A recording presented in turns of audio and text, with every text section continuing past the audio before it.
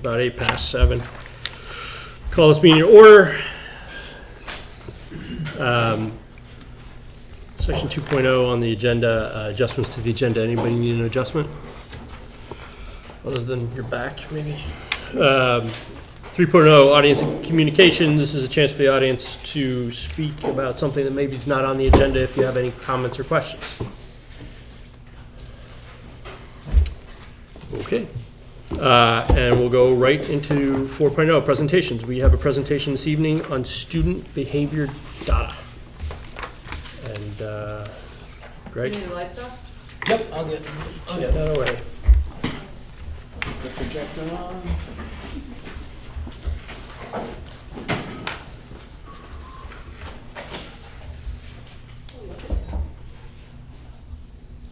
I need that at my house where it's connected. Yeah, right. I think I heard a beep. Did you hear a beep? Do you have that for the audience? Say that. I sure Do do. you have any handouts? I sure do, sir.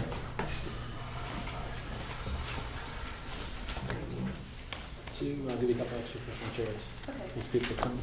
Thank you. Thank you.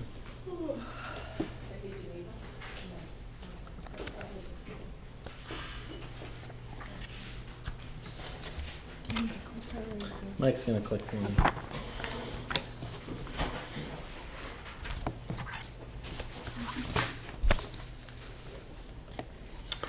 Okay. First of all, I want to thank Mike DiNicola for being here tonight. He's our planning and facilitator. He's going to advance slides for me. And tonight, this is a presentation about planning room behavioral data from September through now. Go ahead, Mike. Hopefully everything we're doing is in some way aligned and targeted at our mission to develop citizens who learn actively and collaboratively. I don't need to read the whole mission to you. I think you've seen it a lot. Keep that in mind tonight.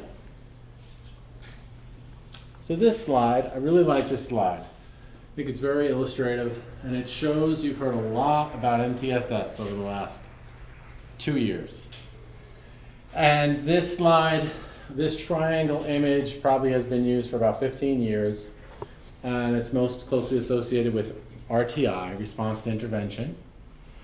And MTSS is the next iteration of RTI. It's what RTI has evolved into, multi-tiered systems of support. And the idea of this triangle is to kind of align with the 3 tiers of intervention and the 3 tiers of instruction that students receive. So on the base of the triangle, you have what's best first instruction that all students receive from expert teachers. And it's generally, if you're doing a good job of that, that generally meets the needs of most children. But some children need more than that, and you know they need more than that based on the fact that you're monitoring data. You're taking information, you have a system for looking at that information, and based on that information it says, Johnny needs more than tier 1. Johnny needs tier 1 plus something else. And the important thing here is it's not tier 1, it's not instead of tier 1 something else. It's tier 1 plus something else. It's a really important piece to remember. And then of course, some students even need more than that, and generally when we're looking at the top triangle of an MTSS triangle or an RTI triangle, we're looking at students who have very individualized plans. Many of these students might be eligible for special education services, but not necessarily when we're talking about behavior. So just as a little context for this image. So what we've done is we've taken, and the Swiss program helps us do this. The Swiss is the computer program that helps us track the data. Takes the student referrals and puts them into 3 categories. Students who've had 0 to 1 referrals, 85% of our students, and that is basically the same as last year. Last year was actually 87. And then on top, students with 2 to 5 referrals represents 40 students. Happened to be the same number of students last year. 40 students had 2 to 5 referrals in the same amount of time, which is interesting. We do have a few We have a few fewer students this year. And at the very top, 19 students with 6 or more referrals. As we get into conversations about that top tier, we have to be very careful about what you just heard about in the other meeting about FERPA, because we're talking about such a small number of students. So in terms of conversations we can have here, we have to consider that. Okay, let's go to the next slide. Greg, before you continue, what's Sure. FERPA? I wasn't at the meeting. FERPA, I'm gonna get the letters wrong. Can you help me, Cindy? Now I'm on the, it's basically the Privacy, Student Privacy Act. Yes. It's the Family Educational Rights Privacy Act. Yeah, it means that your Close to that. child's, all your child's identifiable information Right. related to school is private. And I can't say anything that might make your child's identity known in a public way. So a 5th grader who's a boy, who happens to, I'm making this up. Yeah. But boy, in a school like Charlotte, you can narrow that down pretty quick. Right. Yes, In the last slide, yes, go of the back. Mike. 344, 0 to 1, how many were 0? I would have to get back to you on that. I don't have that off the top of my head. Okay, this next slide. So this slide, red is this year, blue is last year. And if the board remembers, and I've said this a couple of times this year, one of the results of last year's data presentation and us processing last year's data as a school team, one of our results was we need to get back to our referral process. We need to revise that process. We need to reboot that process with our staff during pre-service and make sure that staff are using the process more consistently. So we did that over the summer. We spent a good chunk of time during August pre-service to go over a new referral process to try to make clearer with staff what the criteria were to access behavioral supports and what the criteria are to trigger a behavior referral. The other thing that we did, which was really significant and I think a really nice enhancement to our system, is we changed the reporting form. We've made an online referral system which is accessible on any web access device, and people could put in a referral. It used to be a sheet of paper. And you'd have to go to the office to grab a sheet of paper or grab a stack of them and stick them in your desk. And you'd have to fill out all the boxes and stick it in Mike's mailbox. Now it's a form online. You can do it on your phone, you can do it on your iPad, you can do it on any computer as long as you can get online. It's linked to our website. It's quicker and reports can be made at any time of the day. And Mike has shared that he actually has noticed that reports come in the evening, which makes perfect sense. Something happens with a student at 2:15 in the afternoon, you've got 20 students in front of you until 3:05, then you've got a meeting, and then you've got to go pick up your child at soccer, and that behavior referral thing didn't happen before you left the building. Now it's really easy to sit down after the kids are in bed, I'm making up a parent scenario here, and fill out the referral form. And then there it is on Mike's data right away. The reason I'm sharing all that information is as we looked at this data, you'll notice there's significantly more referrals this year.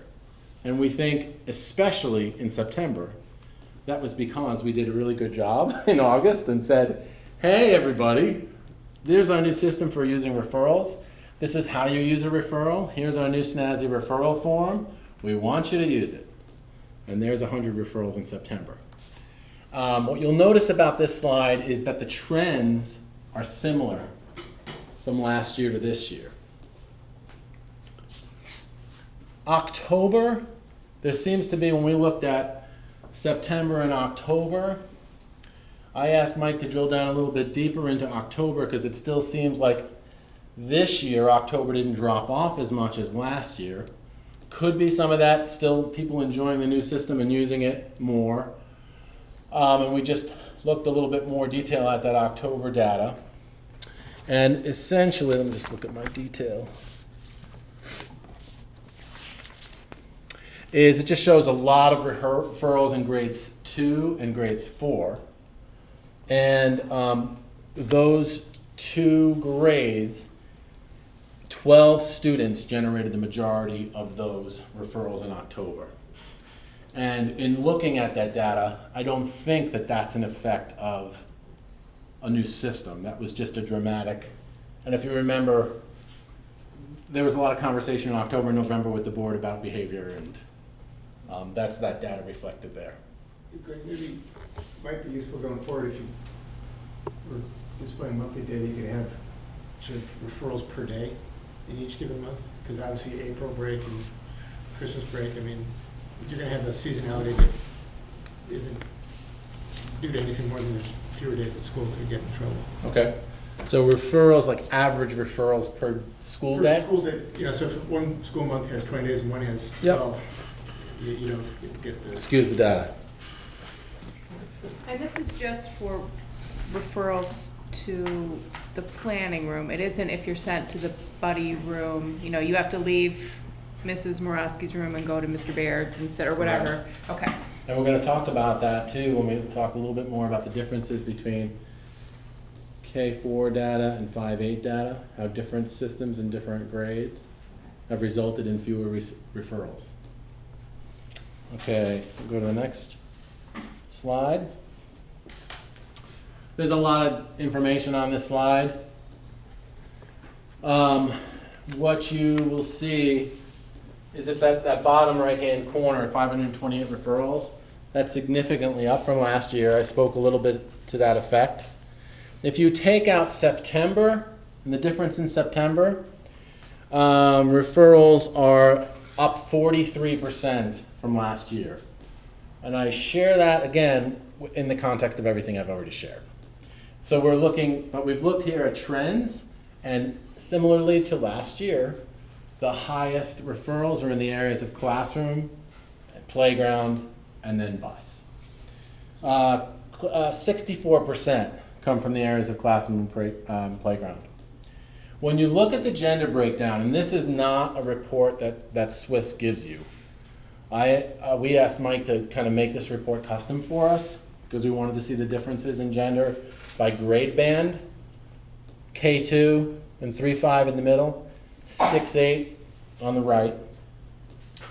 93% of referrals belong to male students, made up of 88 students. And this data also indicates that there are fewer referrals in 6-8 than in both other grade bands. So we started to talk about that. We wondered what are some of the things that are happening in 6th, 7th, and 8th grade that might be systematized, that might be generalizable to other grades as to why we're not getting referrals. We did ask the question, are teachers in those grades just using the system differently? And it could be. But the other thing is that we've talked about that there is more of a systematized process using the developmental designs model. Developmental designs is the middle level version of responsive classroom. And the teachers are very consistent on teams about using their take a break system, using their buddy teacher system, whereas at the elementary school, it's not across the board grade level, across systematized. So what we know about a student in 6th grade who accesses the take a break chair or who accesses the buddy teacher intervention, basically, which means you're asked to leave the classroom. After this happens, then you're asked to leave the classroom and take a break in a buddy teacher, and the student has a reflection sheet they fill out, and then they come back. That doesn't result in a referral unless it happens a certain number of times, and then it prompts a referral. Yes, sir. Question, Greg, and I apologize, I know Clyde sort of asked this already, but you pointed out that the total number is up a lot. Given that sort of middle part of the pyramid is unchanged, that would imply either more sort of single referrals or that the top 5%ers have really added a big number. Without getting into exact numbers, is your sense that what's really driving it? Is it the top of the pyramid or the bottom? Well, there's more referrals across all bands. The number of students hasn't dramatically changed. The number of referrals have in any of the bands. Do you know what I'm saying? So across all 3 bands, The number of students hasn't dramatically changed. It's the number of referrals across all those bands. Does that answer your question, Eric? Sort of. You mean the same kids getting multiple referrals? Like one kid having multiple referrals? Well, what I'm saying is that we don't see a lot more students in that second tier 2 band or a lot more students in that third tier 3 band. What we're seeing is more referrals across all 3 bands. But obviously that first band is 0 to 1 referral, so it's more students in general, Right. or more referrals, excuse me. Okay, next slide, Mike, please. So this slide is grade level referral data. Blue is last year, and red is this year. If you remember last year's presentation, there's a fair amount of conversation about 4th grade behavior data. The reason is because if you looked at the data, the blue data last year, 4th grade stood out. So we're seeing the same trend this year. 4th grade is standing out with a disproportionate number of referrals. Let me get to the interesting thing that's important to note about this. So we drilled down into this to get more detail. Mike, can you go to the next slide? Mm-hmm. So 17 students are represented in the 4th grade data. 4th grade boys referral data is the highest in the school for the 2nd consecutive year. Defiance, non-compliance are the highest behavior categories. And that's also true for the entire school. So it's not like, okay, 4th graders, the most frequent type of behavior is different than in the other grades. So that aligns with the other grades. 98% of referrals belong to male students as compared to 92% of referrals for the entire school. So that's interesting because in 4th grade, the disparities between gender is it's drastic. It's drastic across the school. I mean, 92 and 8, we consider that pretty dramatic difference. Sounds like a civil rights case. I asked Mike, I said, can you contact the other schools and get that number for the other schools? And what we learned, hot off the presses, is that Williston's data, without asking a lot of questions about how they take data, is 80-20. Heinsberg's data, I believe, is 88-12. So all the schools have heavy-duty boys versus girls, but our disparity is the most dramatic. Am I allowed to ask questions? If I could just finish this slide, Sarah? Okay. And about last year's 4th grade data. Just some questions about last year's and this year's. So some of the things that we just are important to note. Last year's 4th graders were on a different team of teachers. Class sizes were a little bit different. 3 classes instead of 2, so that dynamic was different. They were in a different hallway, in different classrooms, yet similar data trends. If you go back a slide, Mike,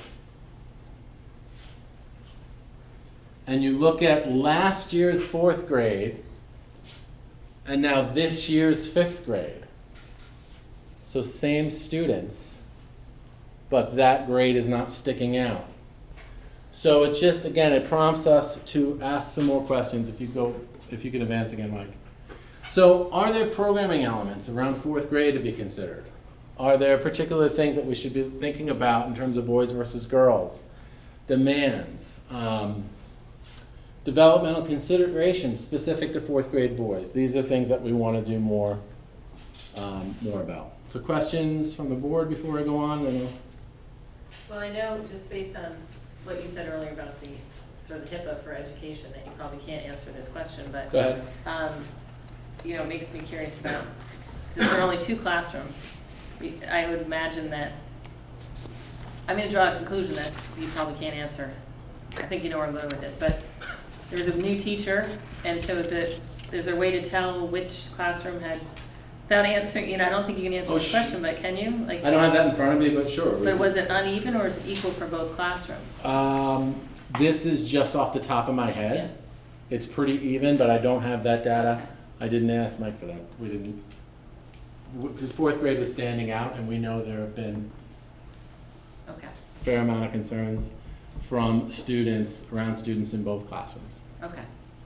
And I guess my question is there something we can learn from the other schools about girls? Because you know that there's inappropriate behavior going on. It's easier, or the way girls usually manifest that is quite different from boys, but it can really have a profound effect on some other girls' ability to really access their education. So I wonder if there's something they're doing in those other schools to sort of catch that and use that as a learning opportunity to prevent those girls from bullying without being caught, or not even teasing and whatever. Yep. So I just wonder if that's something we could Yep. think about. The other thing, Mike, if you wouldn't mind going back a couple of slides to the big grade. The other thing, if you look at the bottom, the paper towel dispenser is obscuring some of it. But what you see on the bottom for K2, 157 boy referrals to 12 female referrals. Grade 3-5, 265 to 12. Grade 6-8, 70 to 12. So the ratio there is much more in line to the other schools, which is interesting. So that prompted us to ask some questions. Why is that? Is that because certain female behaviors are becoming more apparent there? Is it that those teachers are more tuned in to some of those types of behaviors that are coming up in that number? So those are things that we're going to drill down into more. Greg, Yes, Clyde. do you keep a record of the sex, the gender of the person who made the referral? Good question. I missed that question. Do we keep a record of the gender of the person who made the referral? Yes. Is the field on the person's name, is that required? Do they have to put that down? It is. Okay, so yes, we know who made what referral. But we haven't done that analysis, Clyde. We haven't said how many female. Go ahead. So to what Kristen just said, it might be interesting to look at. Referral itself could be a form of bullying, harassment, intimidation. Another question that I had too was, if you wouldn't mind going back to the slide before this, the referrals month to month. So you had said that in September, the most referrals were for second and, Which one? the referrals month to month, this one. Line up. Yes. So you had said that the most referrals were in second grade and fourth grade. Yes. At the beginning of the year, and that's kind of interesting because that's the second year of a loop. The teachers, In both cases. yeah. So 3 of those 4 teachers, it was their second year with that group. Correct. So that's kind of interesting too. So it's almost like, Higher expectations for them. You should not. That's Yeah, that's could be. conjecture, yeah. Yeah. Okay. Okay, next slide. Sarah? So the current fourth grade class only has about 40 kids in it. Correct. And that huge spike then is only over 40 kids versus the current fifth grade class, and I'm pretty sure the numbers were the same last year too. I happen to have a fourth and a fifth grader. Is about 56 or 57 kids. Correct. So that spike in the 40 kids spread over 2 classes is incredibly disruptive. You know, it's not that many referrals spread over 3 classes, it's over 2, so it's much more concentrated. Agreed. Greater percentage of students in each of those classes with making Right. up those referrals. I would agree. Which is significant. And also, It is. I don't happen to agree with you that the drop-off between 4th and 5th was that dramatic. And I know that when we were arguing about class size last year, and probably about a year ago when we were discussing behavior, there was all this reassurance that don't worry, when they get to 5th grade, something magical happens. But to me, that drop between 4th and 5th, it isn't really significant. I think you should still be focusing on 5th grade too. We're focusing on all the grades. And I would agree that 4th grade data is dramatic and concerning. We've spent It's more than a third fewer children. We've spent a great deal of time this year working on that. Well, I think too, when you have to look at the difference between 4th grade referrals last year and 5th grade referrals, and it's a decrease, it's, not enormous, but it's also under a new protocol where you're supposed to be referring maybe in cases where you weren't before. So I don't know how, I think we need to look at that over time to really know how much that would have changed. Okay, next slide. So this slide is around suspensions and expulsions. We're glad to say that we've had no reason to expel anybody in the last 4 years. So this is oriented vertically, 2011-12 up to now, going down the page. So over the last 4 years, the total number of ISS and OSS averages to be about 15.5. If you take the 4 years together, this year's 19.5 number is above that average and up a little bit from last year. There is a trend that fewer OSSs, out of school suspensions, have occurred since 2011-2012, which we're really happy to report because we don't think necessarily sending a child home is an opportunity to provide intervention and behavior changing supports for that child. Though it has happened. About the same number of students contributing to those suspensions as last year. And of course, we would like to see these numbers go down. So if you look at the 4 years, you have anywhere from 8 students to I think the highest number is 16 students, making up the number of students suspended. This year, 12 students were suspended. Actually, Mike, it's possible that those 2 of OSS are also duplicated in that 10 number, correct? Correct. Okay. Before you move on, I just hope we continue. I'm surprised that these even in-school suspension numbers are so high. I mean, I think unless a kid's a real danger to other kids in the school, that out of school should be off the table. I mean, all the research says it does not advance any goal of an educational system. And even in the in-school, you're sitting in Mike's office all day teaching yourself, or you're sitting in Audrey's office. I hope that we're continuing to try to find better ways to address those discipline issues than just having a kid sit and sort of be there without being there. I hope we continue to work toward that. Okay, next slide, Mike. So here are some Tier 2 and Tier 3 interventions that are currently in place at CCS.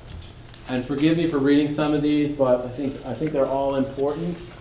So the MTSS structures, our Kid Talk meetings, our EST team, we use that to collaboratively brainstorm targeted interventions.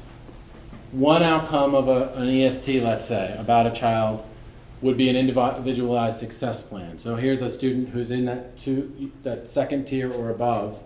So the individualized success plan includes targeted behaviors and might include an incentivized system for that student using skills that we're trying to help him or her develop.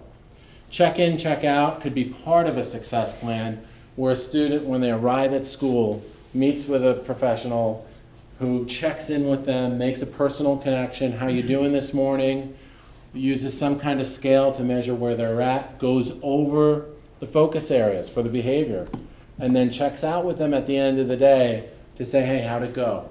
And what are you thinking about for tomorrow? Regular parent communication for students supported by success plans. Sometimes that includes a daily progress reporting tool that's connected with the plan. So a student might, if it's a young student, it might be smiley, straight face, or frown during different components of the day. So the student takes that home every day and the parent can see directly the success of that child. In other cases, it might be more sophisticated for older children. Assess and modify student routines and procedures based on data. So if we have a data review meeting and the review meeting is saying recess is off the charts, or the transition from recess to inside has led to problems in the last 3 weeks, what can we do differently about that transition? Okay, let's line them up in different places. Okay, let's place an adult here. So that's an example of how we use that data review meeting to change a system or protocol. And that example happened this year and had a dramatic impact on behavior there. Regular weekly or bi-weekly team meetings established for students with most intensive plans. So there are some students you just need to sit down, you need to have that time blocked out. It can't be an on-demand, it can't be reactive. We're meeting every Thursday at 11 about Susie so that we're on top of her plan and supporting her and having her be successful.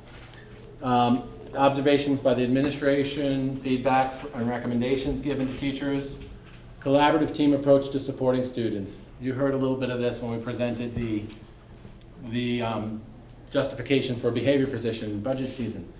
That is very isolating if you were ever to have to deal with a challenging student by yourself. It has to be a collaborative effort.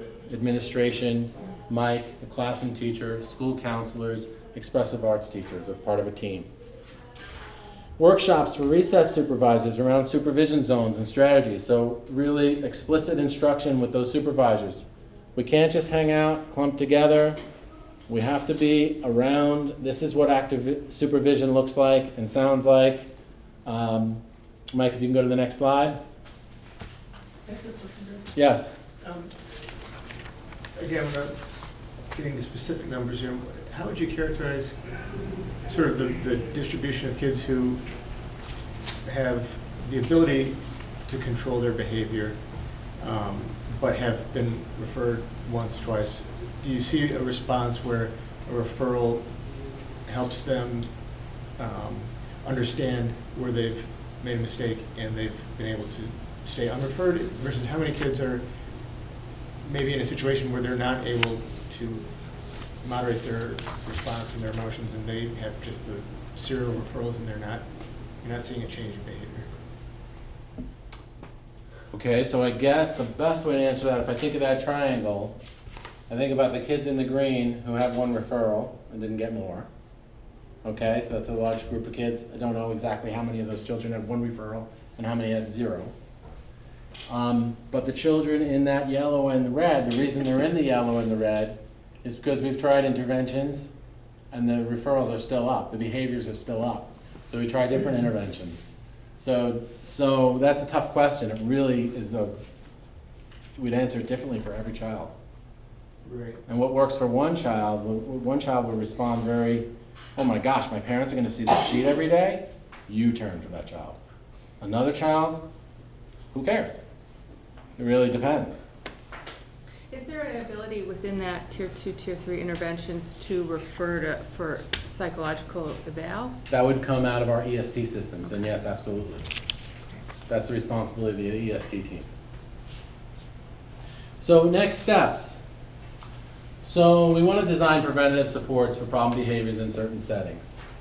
So if we've sometimes used the term, school counselors attended a workshop and came back with the term predictable failure. It's kind of got a negative connotation, but the idea is if you know there's a setting that's challenging for kids and that is proven to be a predictable failure, what are we going to do? What supports are we going to apply, or what are we going to change about that setting or that scenario that mitigates that? So that idea is look at the data and then design preventative supports. Review and revise content and format of proactive Tier 1 preventative instructions. This is what, again, around budget time, we were talking a lot about this. We want to be in front of the behavior. We don't want to be reacting to it. So what is it about our school-wide assemblies that could be doing a better job? Are our school-wide expectations really holding meaning for children? Can the road shows be more effective and more robust? These are things that have to be examined. Continue regular behavioral referral data review meetings with school counselors, principals, and planning room facilitators. So more regular meetings is something that was definitely an improvement we made this year. That's something that has to continue. Continue to deliver workshops and training to lunch recess supervisors informed by data. So what the data is saying is that 6th grade lunch is a problem. Let's get in and talk to those supervisors and brainstorm. Next slide, Mike. Continue to explore and implement alternative recess activities to increase student engagement. So last year you heard about Foursquare courts and hopscotch courts and tetherball. The more we can engage kids in things they want to be doing outside, the less problem behaviors we're going to have. We've been working with the YMCA after-school director, Logan, who we also have some hours during lunch and recess. He's been doing indoor enrichment pieces, but now that the weather is nice, the kids don't want to be inside and play chess with Logan. They want to be outside playing with their friends, so Logan is looking at what could he be doing to provide structured alternative setups outside that are going to help kids be successful. Share data trends and pop-outs from regular data review meetings with full staff more frequently. Here's what we think we could do a better job of this, so that we're not in a silo, a team of 5 of us looking at this data, making moves about the data. We need to be flatten that out and more transparent about that, so staff see it developing and see the work we're doing. One idea is to provide referral data summaries to grade level and or cohort teams and provide time for teams to review and discuss potential interventions. We tried that once. We found that, boy, it would have been nice to have more time for that. So 3rd, 4th grade teachers, here's some data. What do you think? What does it mean? What are you going to do differently? Continue to evaluate staffing instructions and roles to really support positive behavior school-wide. So again, that's really related to the conversation we had around budget time. Is the staffing model we have to support positive behavior, is it aligned with, you've heard a lot about guiding principles for MTSS.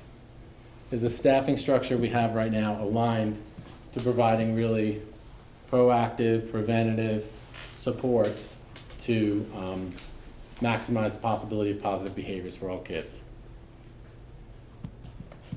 So I think that's it. Before you go on, Yes? this first bullet, Yes. continuing to explore alternate strategies or whatever, Yeah? Yes? does any of that involve asking the actual students what they'd like to be doing during recess?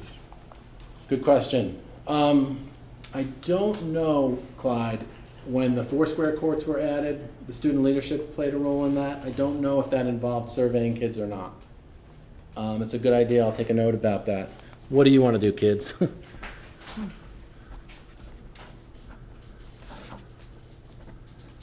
Other questions? So are the paraeducators who are assigned to recess, are they given data about particular kids as far as the need to supervise or?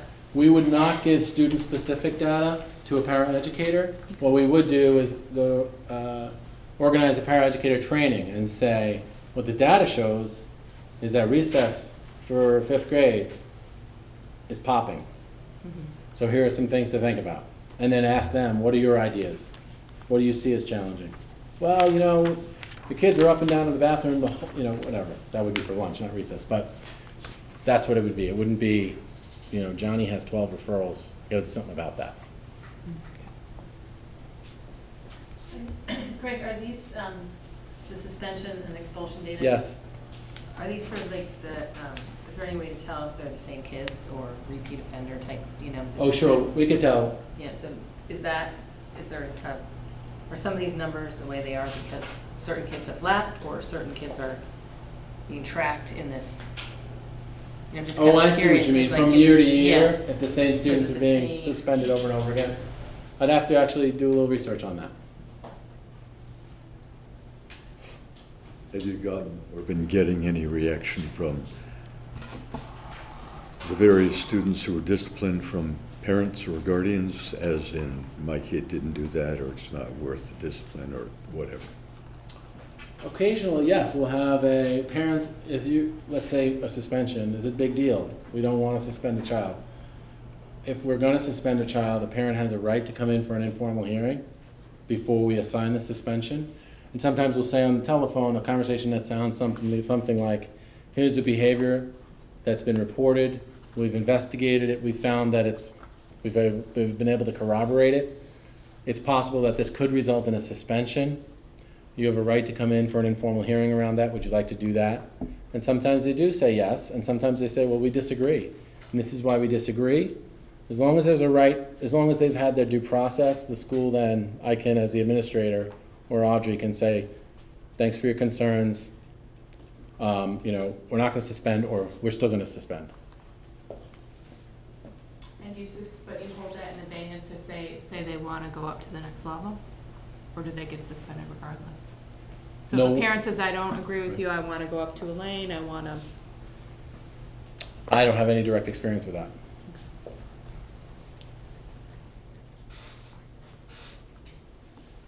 Sarah? So with all due respect to you and all your policies, in my opinion, I don't think the current system is working. And I think for every referral that makes its way to the level of rising as a referral, there's probably 10 interruptions in the classroom before it rises to the level of a referral. And I'm specifically talking about the classroom one, obviously. So that's 10 times the teacher says, Johnny, stop it, or whatever, and interrupts the learning.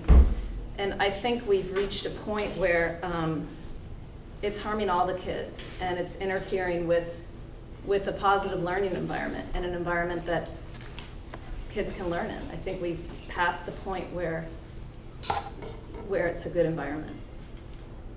So, Okay, my so- 2 cents. Yep, what I would say is that any behavior that's the negative behavior or the behavior that results in a referral is going to have a negative impact on the learning environment.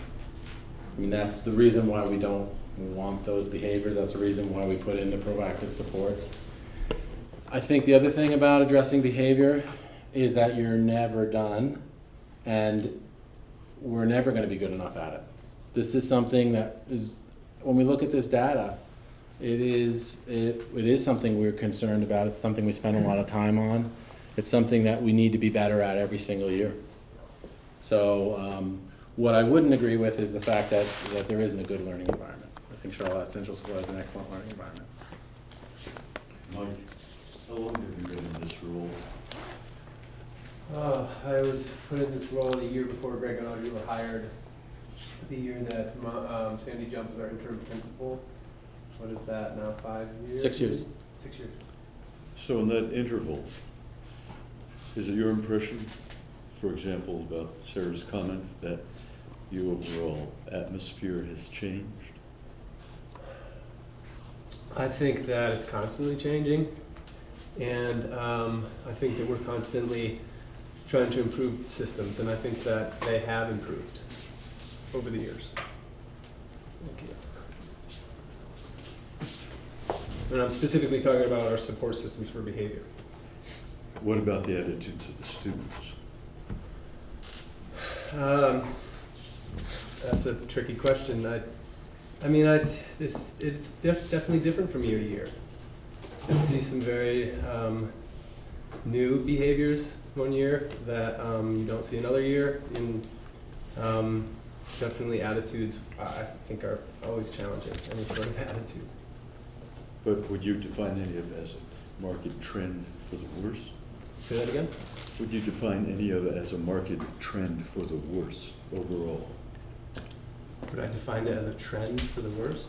Student behaviors. You heard what Sarah had to say. No, I wouldn't think that there is a trend for the worst. I think a report like this is so fraught with variables, or so full of variables that are,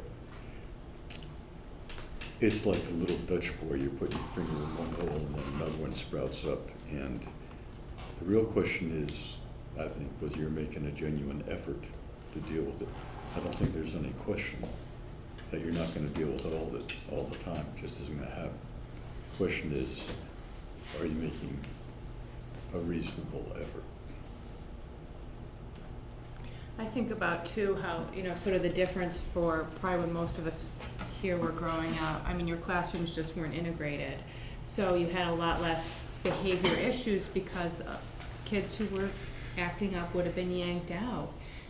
So you have that, you have to balance that. It's best for all kids to get that best first instruction in a classroom, but that does lead to disruptions that affect the education of everybody else. So it's that balance of trying to get behavior supports in to help that. But it's a hard thing for the school to do, especially with budget constraints, I think.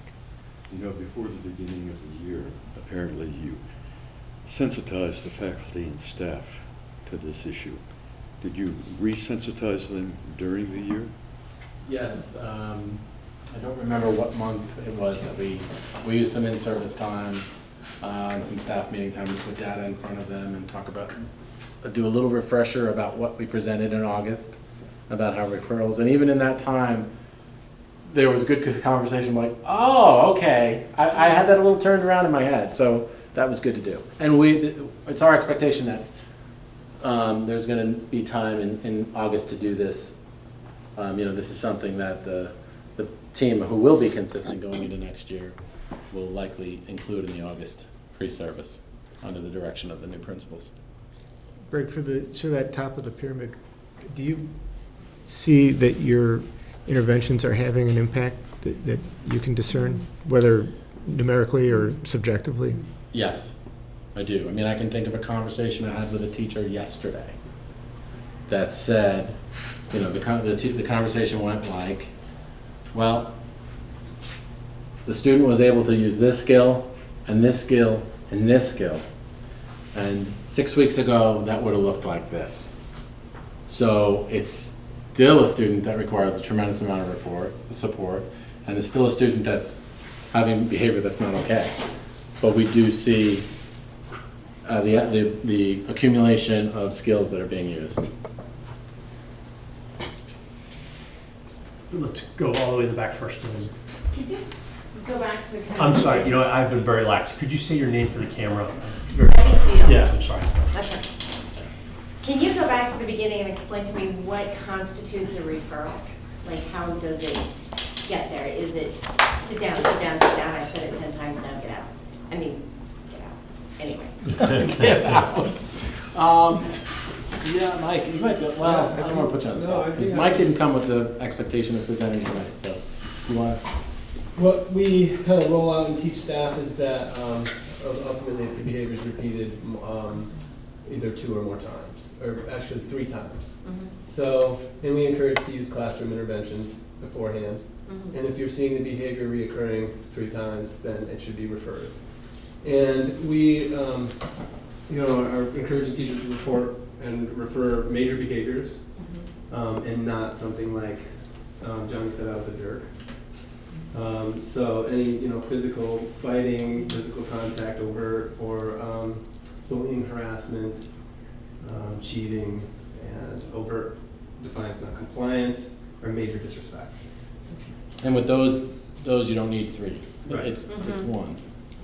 So obviously there's instance of a student kind of going pretty big with a behavior that we encourage teachers not to give a reminder or prompt with a buddy room or a take a break, that it's an automatic referral or a call for support if it's severe.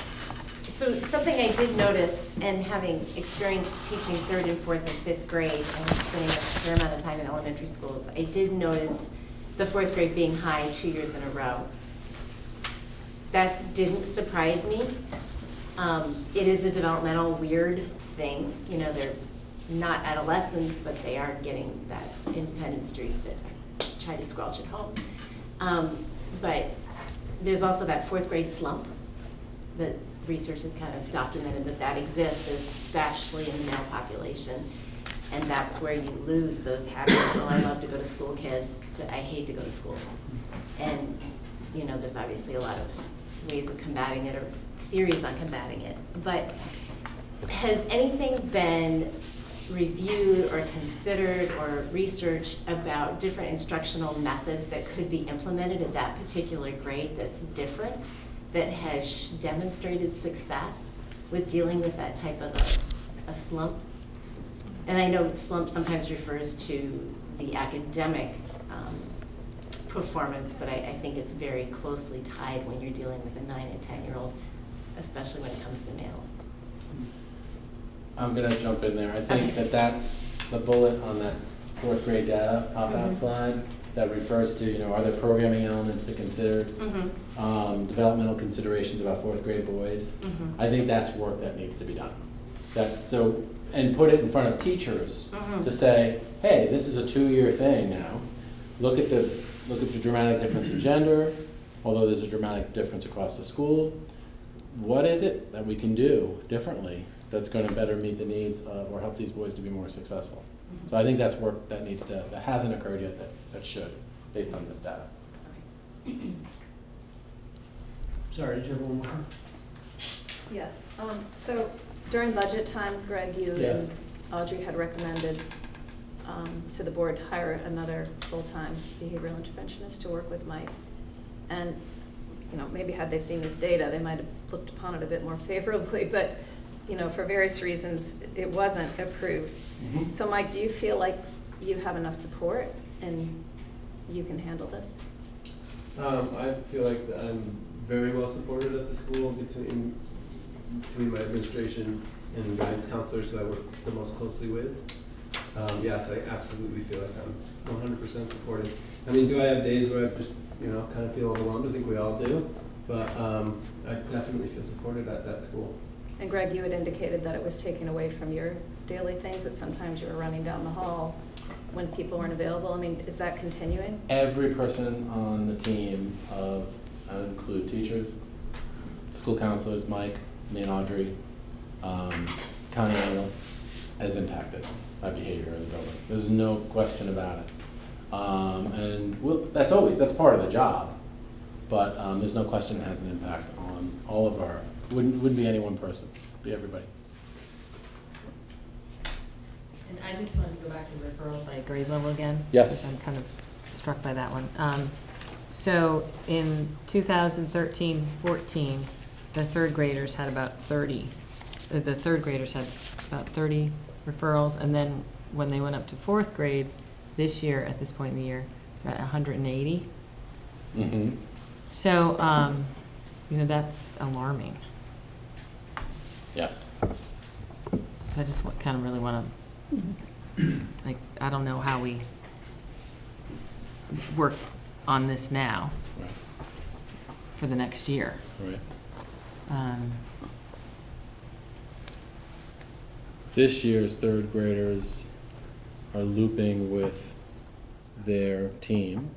So one way to work on that is to put this data in front of that third grade team and say, is this a predictable failure? How do we get in front of it? What ideas do you have? That's one thing I can come up with right off the top of my head. Yeah, I'm a little reluctant to ask this. You may have already given the answer, or I may not want to hear it.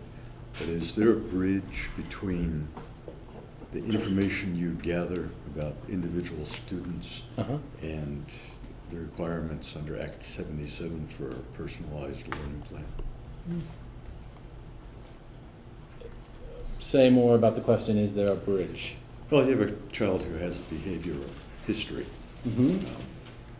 If you're being proactive, that's something that has to be addressed, and clearly that's part of his other school activities. So does it show up in the PLP or not? Some philosophy, some approach, some strategy Right. for correcting. Right. Well, If the student wants to change their behavior or not. Well, I It's mean, their plan. I'm of the belief that if we're doing if we take the personalized learning plan to the place that to align with the spirit from which it's delivered, I think, which is learning should have relevance for kids, and learning should be connected with something that kids are passionate about and have high interest in, that I would imagine that would very directly impact on behavior data. I'm thinking of it more of a personal learning plan being a preventative, proactive. Yeah. We're being more individualized about giving you a program that's going to better meet your needs. Therefore, you're going to be more successful. Can I just ask a general question, maybe for Elaine?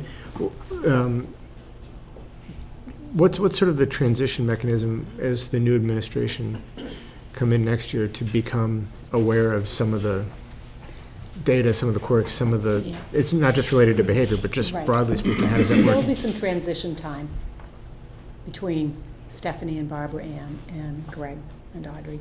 Greg, for sure. Audrey, if she's still in the area. So it's built into the schedule. Right. So Is the maybe, discipline policy set at the CSSU level or at our school It's level? an SU policy. Pardon me? It's an SU policy. Then there are procedures that are local. So you want one more comment? well, I guess kind of in the vein of Eric's, like how is the transition going to be made with this? So, it seems to me like there's a dire need in the rising fifth grade class to have like an awful lot of attention put in place for that group. So I don't know if that's something that, like, as a board, we can say, we'd like to see that there's a lot of attention placed on the rising fourth into fifth. You know, we're at 180 now, and they were at 30 last year. I mean, are we gonna be off the chart next year? Are they having paraeducators in there? In the next year's fifth grade, will they have? No. No. No, okay. No, it'll be Small classes, actually. two Oh, yeah, classes that's of right. about 18. 19. And please, Julie, I haven't been making people say their names, but please do. I'm Julie Wade. My question is, when do parents get involved in this process?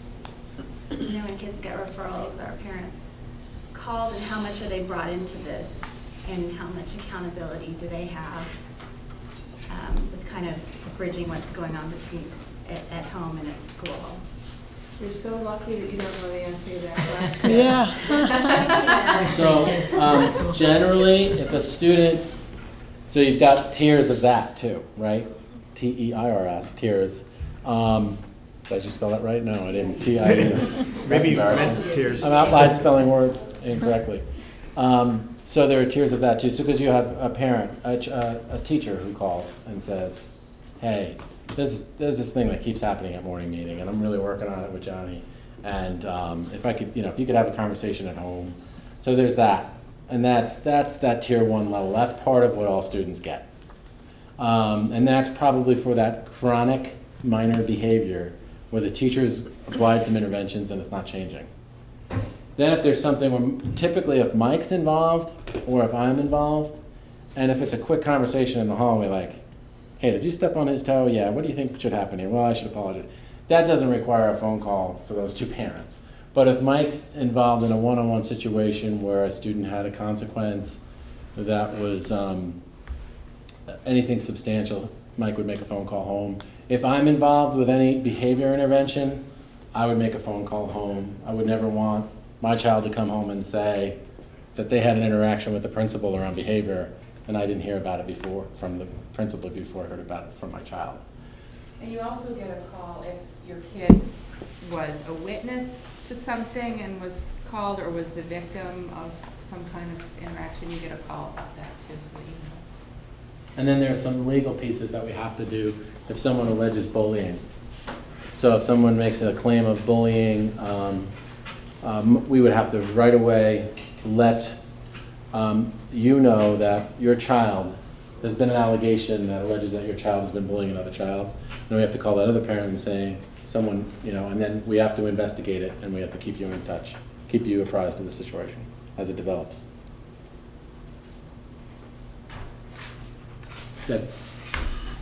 The students, and this is probably a subjective on your part, response, if you can even respond, the students that make up that component of the tier 2 and 3 behaviors, Yes. are they the type of student that may eventually end up on a 504 plan because of behavior, and it's just a matter of continuing through the process till it ends up there? Or are these the type of students that, with support from their parents, adults, school, they can eventually correct their behaviors? Yes. It's the second type of student? Both. Both. Right? Some of those students are going to need more intensified supports. Some of those students might have an EST team decide we need to do some kind of more of a comprehensive evaluation. And some of those students will do a little bit of a U-turn. They really, both of those things happen. 2 more questions. Can I ask my 2 more questions? Okay. Has there been, and I'm again, this is subjective and you don't necessarily need to answer it because it is a hot button issue, and given that I was a teacher, I understand it. When I was teaching, we could always recognize that certain referrals came from certain teachers. Has there been any discussion with particular teachers, or like, wow, this is always a behavior problem here, and I wonder if we could target the conversations with the particular issues? Yes. Like I know you were saying targeting the 3rd grade teachers for next year. Absolutely. Okay. So the answer is yes, we have conversations with teachers based on data we see. Okay. And some of those might take the form of, similar to the change the routine for kids coming in from recess. Some of those might take the form of, what can we do about the stuff that's happening in the hallway? Maybe if we change the way we exit the classroom. Mhm. So yes, we have conversations about that. Okay, and my last question, and this is there any way to not increase the amount of recess time, but sprinkle it throughout the day a bit more, giving them a little bit more time to run and stretch, but not enough time to really terrorize each other on the playground? I think that we're gonna have to look at things like that. I know that fourth grade as well as other grades do what they call brain breaks throughout the day, Mhm. where they might be sitting down, working, seated for 40 minutes, and then get up and pop on a YouTube thing. That might be some dancing, or some moving around the classroom. And then let's go back to, the research says that you should be doing that. You know, you don't want to be sitting a lot more than 20, 25 minutes at a clip. And I know teachers are accessing breaks like that. But the pressure, the but is the pressure, there's always pressure on the academic, the instructional minutes in the school day. Okay, obviously a topic with a lot of interest. I was thinking, as we're talking about this, we get this at the end of the year, maybe somewhere halfway in the year, if we got like a mini report, not necessarily as comprehensive, but something we can see a progress as we're going along, might be helpful. Something to put on the retreat agenda maybe. Thank you. I'm just gonna step next door and grab a bottle of water. I'll be right back. That's good, because you're next too. Oh, then I hope that. Well, it's the principal's report. You can do the stretch break. Yeah, quick No, recess. that's okay. It's silly. So, moving right along, 5.0 reports to the board. The principal's report is on page 4. If anybody would like to call anything out in particular, or Greg, if there's something you would like to call out in particular. Nothing in particular. Are Pretty there straightforward this one. any questions? Not from me. All right, we will move along. 5.2, the CSSU debrief. We are going to be covering a lot of what was talked about at the CSSU meeting further along in the agenda. Two things that popped to mind. We talked a lot about what happened in the legislature last week, and that will be brought up again at the retreat. We're going to have a more in-depth conversation at the retreat about the legislation that passed last Friday. And second is Cindy proposed raising the amount we pay our substitute teachers from our current pay rate of $80 a day to $90 a day, and that's to bring us in line with the districts around us. We're actually losing the ability to get some substitute teachers because we don't pay enough. We don't pay as much as South Burlington or Chittenden East, or I forget all the numbers, Cindy, if you could back me up on that. So that was discussed as well. So, and that's a CSSU decision. But it's something we can talk So if people who about. are not in CSSU want to chime in on if they like that or not, it's an action item for next month. There was a sheet in the CSSU pack that went over it a little more clearly. 5.3, the third quarter financial management report. Before we move on, I'm not sure if they're gonna put that, arts presentation on the, CSSU website, but it'd be good to watch that. He did it, I thought really kind of a nice overview of legal things that affect school boards. You know, things about liability, privacy, discrimination and public accommodation. And it was a really quick and easy listen, so, if you have a chance and if it ends up getting up there, I would watch it. So for those that are confused, the common topic tonight was a presentation by a person who lives in our district on the state of certain legal cases that affect school boards. It was interesting. But I'm an attorney and I'm a geek, so there you go. I rather enjoyed it. Moving on to 5.3, third quarter financial management report. Did anybody want to call anything out? We seem to be on a good pace. Yes, To have I a have nice cushion. I have a question. So the O&M, I think if I saw that right, it was down 52,000 from our second quarter projection.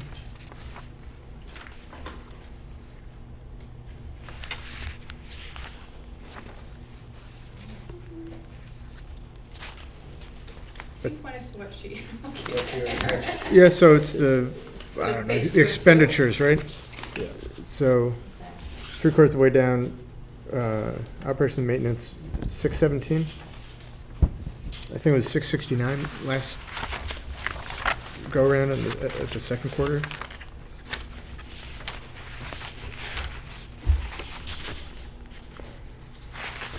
So Eric, what's your I guess, question or just specifically? what drove that decline? Because, specifically, you know, that decline, but more generally, that seems like a very volatile line item. It was up 20,000, sort of first to second quarter, then down 52,000, second to third.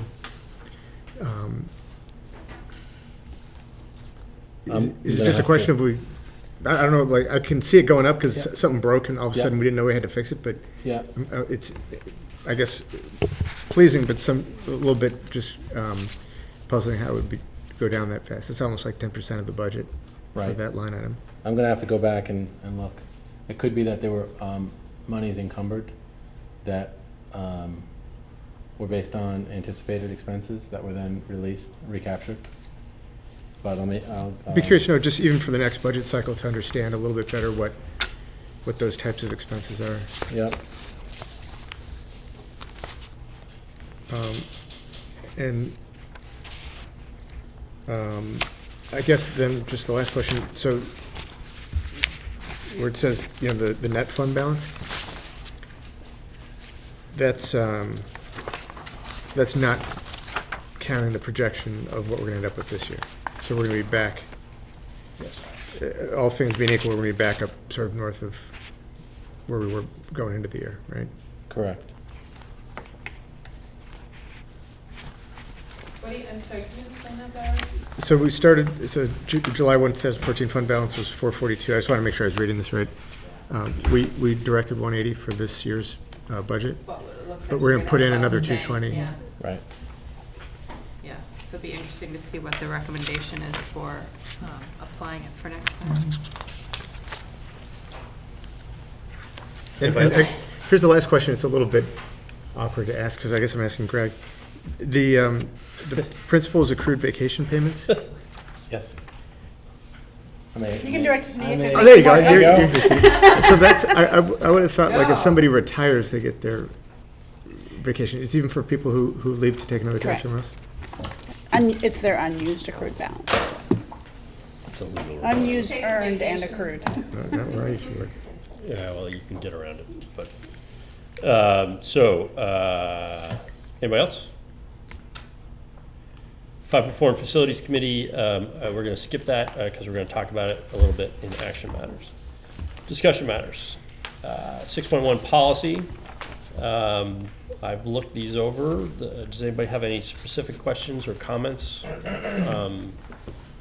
know, I have a bunch of little, you know, Corrections? wonky things, but that I can just send to Cindy and Clyde, but the one on the employee conflict of interest, which is, I think, the first one, D16. And to Clyde or Cindy, the paragraph on the first page, partway down, that begins with many, that whole paragraph just kind of threw me for a loop. Many outside activities in which an employee may wish to engage, such as in outside employment, private activities. I don't know. I had a big problem with that whole paragraph. I wonder if there's a way we can express that in a different way. And I also wondered on the next page, the bullet about that school district employees shall not engage in sexual activities or sexual contact.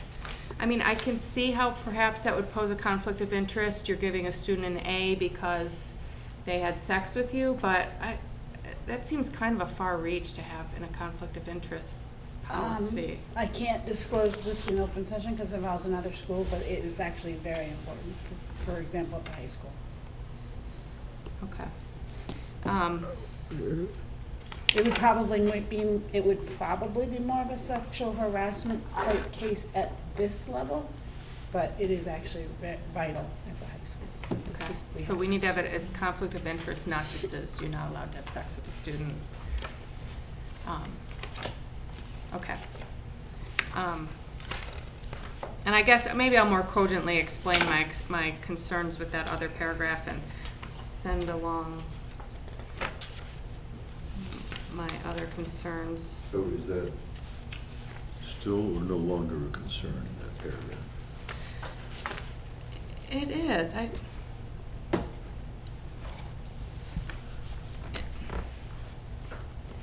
In understanding such activities, employees retain their constitutional rights, including those of freedom. Maybe I just connect. I'll just perhaps send along a way I think maybe we can express that in a different way, as for consideration by the board. I won't take up more board time. And if you say the sex has to stay in, I guess it has to stay in. We could have a separate policy on it if we had to. Huh? I said we could always have a separate policy on that issue. It'd be a fun conversation. So we don't have separate policies that address? We don't have other policies that address it? There's some state law, but it applies, there's laws for under 16, there's a law for 16 to 18-year-olds, but at the time the board originally adopted this policy, that law, the 16 and older law had not been adopted by the legislature.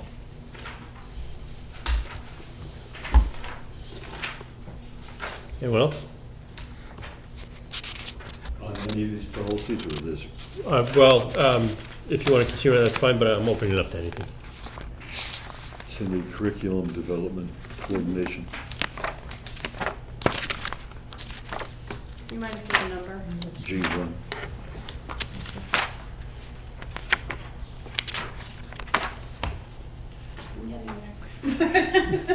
There's, Go ahead, I can listen while I'm looking. well, the question is, Thank you. where does the policy stand relative to statute? We believe it's in compliance with the statute, but So, for example, in that first paragraph, the supervisory union board shall be responsible. yep, Is that by statute or just by habit? that's by statute. I think I attached the statute, actually. I did. I looked at it, but I don't think I understood how it applied.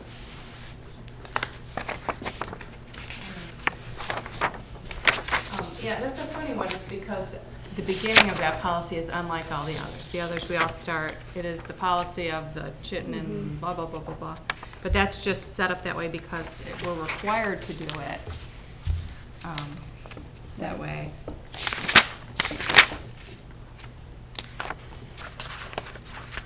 And some of the parts that are being struck, that last paragraph on the first page, superintendent, blah, blah, blah, and report annually. So I'm trying to get at the difference between conduct systematic evaluations of all programs and the annually terminology. I mean, obviously, to review all the programs in all the schools every year would be impractical. But what about the other side of the coin? Is that just on demand, or is there Well, a it says schedule like there is for policy? It says on that paragraph that isn't struck, the most bottom, based on the annual board work plan.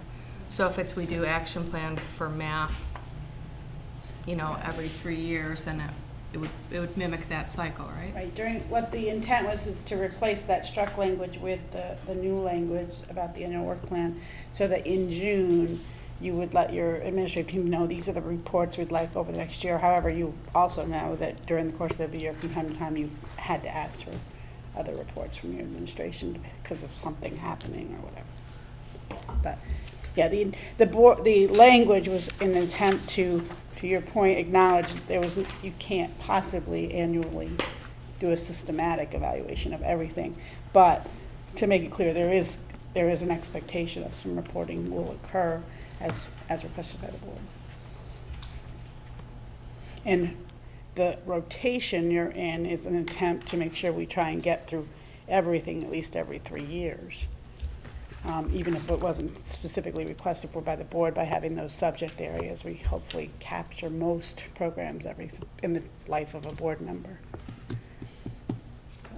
So. strikes me as still a pretty difficult workload to manage, to do an in-depth evaluation. I mean, if you're just gonna look at test scores or whatever, but I think it depends on how you use evaluation. So like, for example, the DMC report that you'll hear about at the retreat, that was a huge systemic evaluation.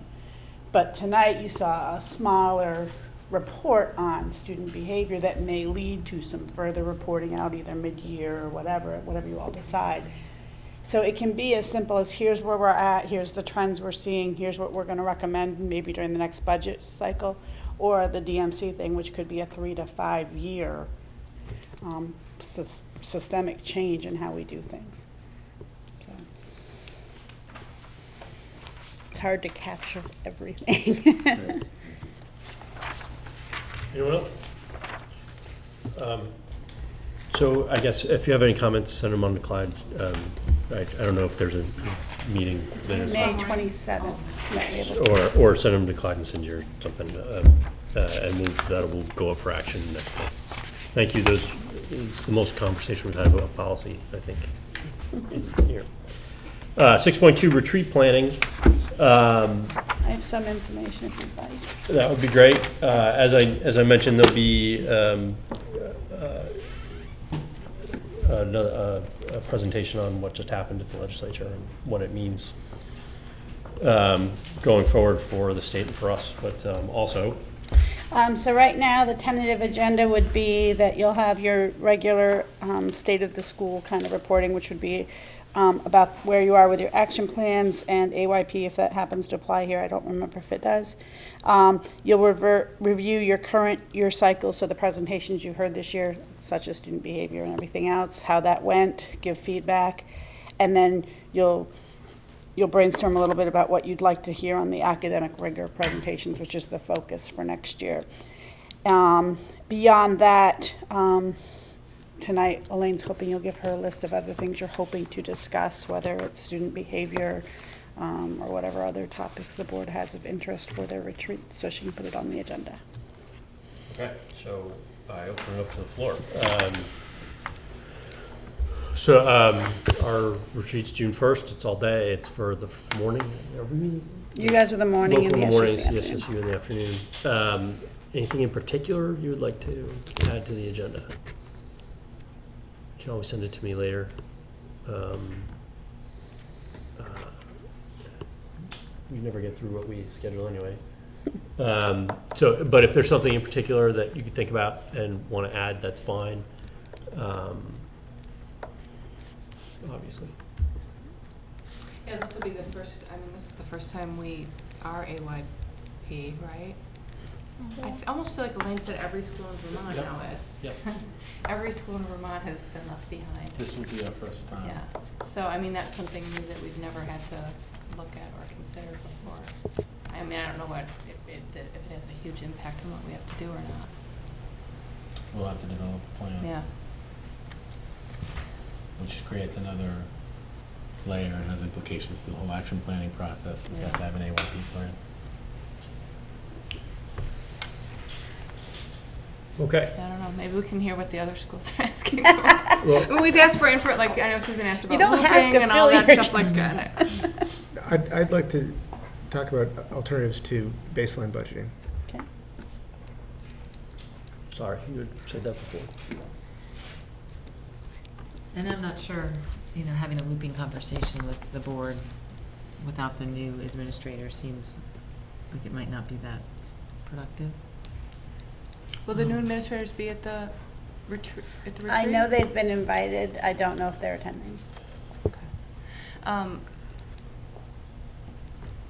The discipline, I don't think we have any solutions to the behavior issues and, some of the.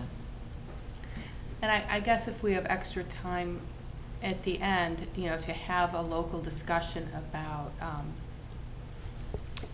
the impacts of, or, just to take the temperature of our board about potential consolidation into one school district might have some benefit.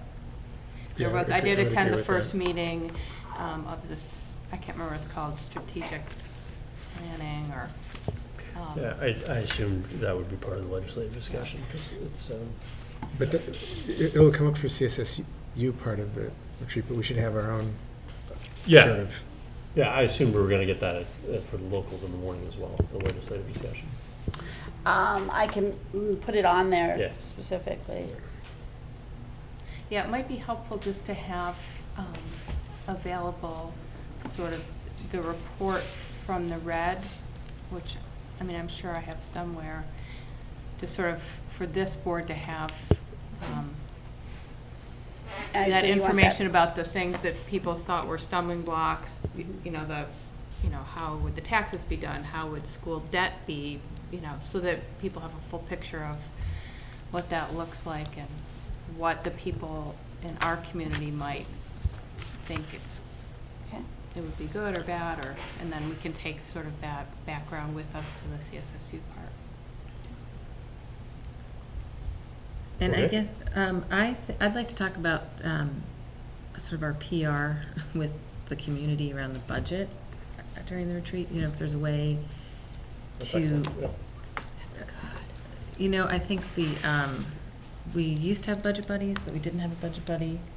I don't know if that would help, but, some way so that people aren't, it always seems like people are like, wait a minute, in January, how'd that happen? So, maybe we can brainstorm at the retreat ways to kind of be, get the information out in a different, another way.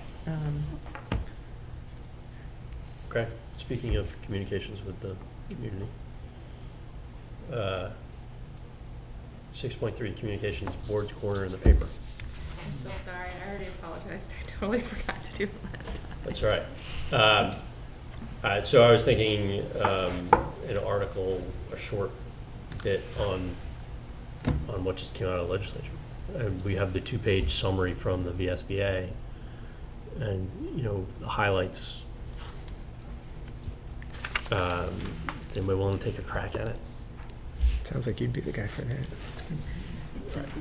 All right, I'll. I would offer, but my track record's not good this last quarter. Track record's better than mine. I'll send something around. We can't do it justice in 500 words, but I think that discussion is going to, along with the budget, obviously, will be a huge topic over the next year. I think it's going to be huge. It's a great idea. Just put some bullet points out there.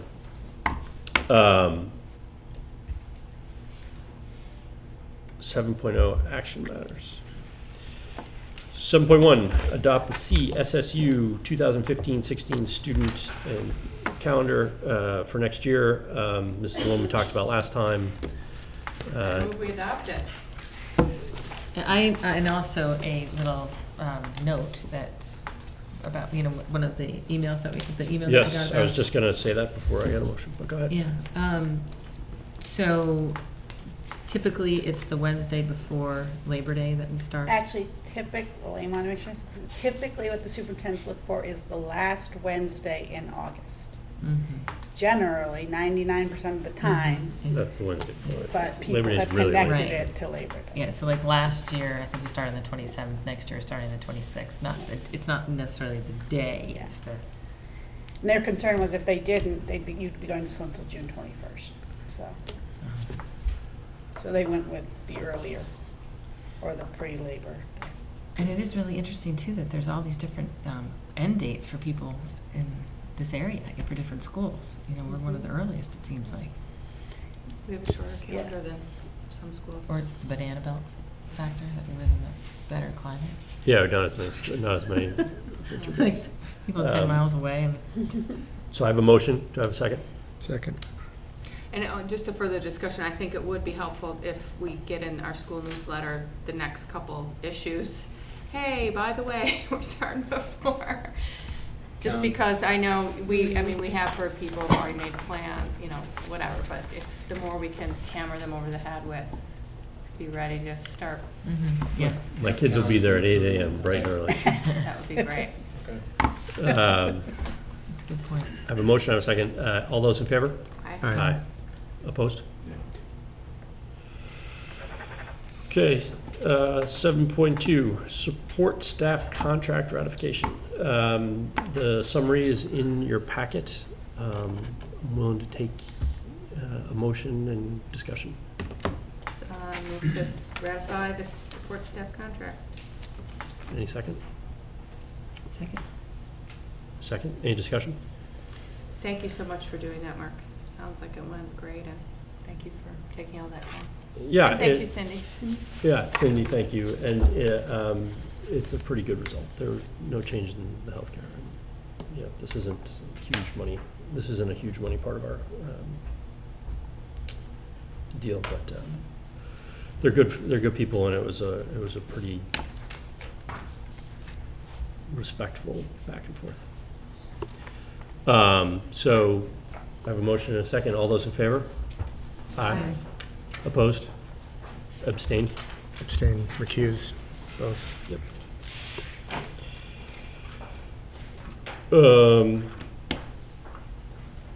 Personnel.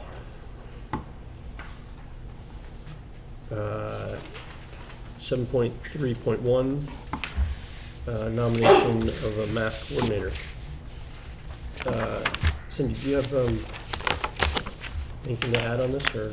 I know, that's all of your questions for Greg. Uh, Really great hire.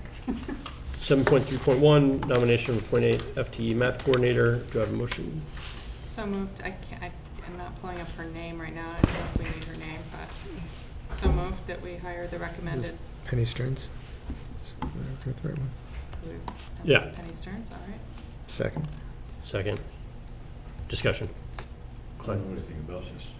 I don't even know who it is. I couldn't find it in here. Is it in here? Cindy, do you have an extra copy of that? I can. It doesn't matter. I'm going to have to abstain. I'm not going to study it at this point, so. Okay. Understood. Did I have a motion in a second? Yes. Yeah. All those in favor? Aye. Aye. Abstains? 7.3.2, a leave of absence request from a 6th grade teacher. I move to accept the leave of absence request of Stephanie Sumner. Do I have a second? Second. Okay. Discussion. Question. Yes. Why does this require a leave of absence?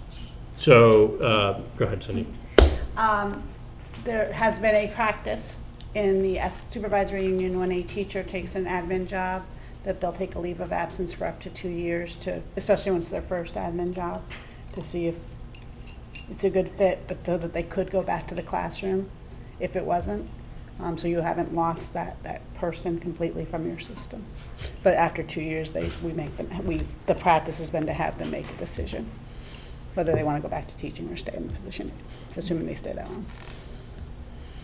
Well, and There's no precedent here because it hasn't happened here that I can ever think of, but it's happened in And it some might of our have other been, is schools. it part of the contract? I was reading a different school contract, but some teacher Some schools contracts do. include a provision where administrators are allowed to Yeah. float back down. We don't have that provision, but So this is, I don't, this is somewhat off topic on this discussion, but, you know, the rumor is that both our 6th grade teachers are leaving.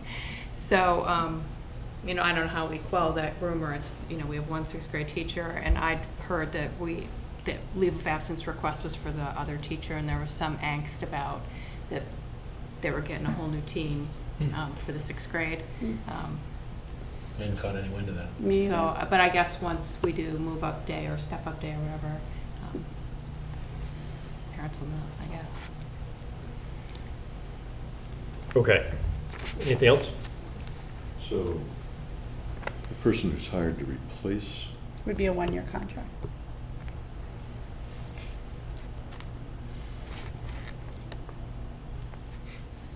Anything else? All those in favor? Aye. Opposed? Excellent. Partial leave of absence request. The FTE may be wrong. It may be that she's actually asking for 0.4. So if you could just grant her partial request, we'll make sure we get the right FTE. Okay. Do I have a motion? I'm sorry, is this the Colleen Brady? Yes. Yes. I move to grant the partial leave request of Colleen Brady. Do I have a second? Second. Discussion. How long is this gonna go on? This would, what we would ask, we'd ask her to make a decision next year. Traditionally, we let people take a leave of absence for up to 2 years, and this will be her second year. A stipulation about the traditionally, I wouldn't say that's been the case, it's not my experience here, but thank you for the answer. Okay, all those in favor? Aye. Opposed? Okay. And 7.3.4, the partial resignation request. I move to accept the partial resignation request of Edward Bianchi. Do I have a second?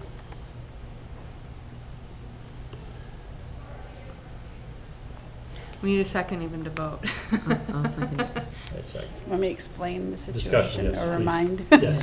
So if you remember correctly, 3 or 4 years ago, the board reduced the tech ed position because of where Ed sits on the seniority list. He had rights to a full-time position. For the last 3 years, you've granted him a leave of absence of .2 so that he retained the rights. He's now relinquishing those rights and would only have rights to a .8 position. So he's asking that you accept his partial resignation. He'll stay in the same role he's been in. He just would never go back to, well, never say never, but he wouldn't have rights to go back to a full-time position as a result of this. He would not. He would Right. not. Unless there was a And he's 0.8 comfortable with that. position, classroom position. There's another letter in here about what he would do if this is refused, if I understand. He wrote that letter back before the budget passed, so he wasn't sure. They have to tell us by March 1st if they're returning from their leave of absence. So he wrote the letter to kind of cover all his bases, not knowing what would happen with the budget. Were you to, for example, cut the tech position completely, but that didn't happen. So now it's the same question. I mean, we had this conversation last year, and there were what I think were executive session answers given, but it's really the same question I asked about Colleen. How long is this going to go on? So with Ed, he's actually putting an end to it. He's not asking for a leave this year, which he's done the prior years. He's actually saying, I just want to be the tech educator at .8.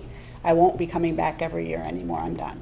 Yeah, this cleans This it is up. ending. This the is process. end. So is This that a ends it. different letter than the one that I'm looking All at? of this is binding. Yeah. Correct. It's binding. Yeah, so but until he did this, until this request, he has retained his bumping rights. Right. So if he wanted, he could have said, there's an opening in kindergarten, I'm taking that spot, even though Yeah. I haven't been in a classroom Right. in all those years. So now it's saying he's just .8, unless we had a classroom position that was a .8, he Okay. doesn't have bumping rights. I understand that now, but just Right, for that the record, letter. I never got a letter that said that. I got the letter that said it was a status quo. His letter is confusing. And we suggested he rewrite it, and he opted not to. And so I knew I was going to be here, so I could make it really clear what we were doing. All right. And if you want to be clear in your motion, you'd be accepting a .2 FTE resignation from Ed Bianchi. I move So- that we accept a .2 FTE resignation for Ed Bianchi. Second. All those in favor? Aye. Aye. Opposed? Just my attention was on something else when you voted on the math coordinator. That was a. Yeah. Okay, got it. Yeah. 7.4, contracts for the work for the summer to be done on the school. Do you have copies of this? I thought they were included in the packet. I don't think Are so. these the bids? Yes. I only have the one copy that I brought from your own reference. I'd be happy to. I don't know Yeah. what I can do. We'll come back. Pass it around? Yeah, we can pass this. That's fine. Although that's not. Do we have a document camera? I wonder if I could throw it up. Can you throw it up? So, where we could, we received multiple bids on the projects for the summer. An overhead. Where are those copies of this? Is there a place to make copies of the room? Is Eddie still here? Eddie's still here, directions on our job. I might be able to find it in my email and put it up on the. That would be great. Is That it would be an okay great. thing to project? Yes. Right? Yeah, it's public. That's fine. Just give me a minute. And what you'll see on the bids is, we put it out to bid. We got multiple bids on most part of the projects, except for the relighting of the classrooms. The Lula replacement came in well below expectations. Lighting, we have a couple choices. And on the roof, we got a couple bids on the part of the roof that is the shingles, and only one bid on the parts of the roof that are the membrane, which is the art roof and the gym. Both our engineer and Tom Barden believe that bid's competitive. Part of the problem is we're kind of coming at this late. There was a couple of people who said we would have bid, but we're too busy. You missed our window to come in.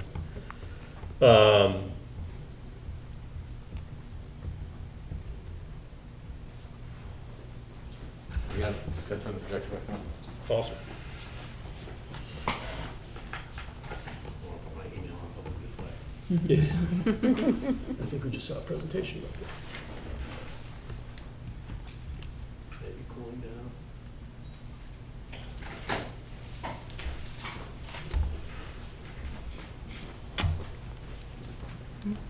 So, There you go.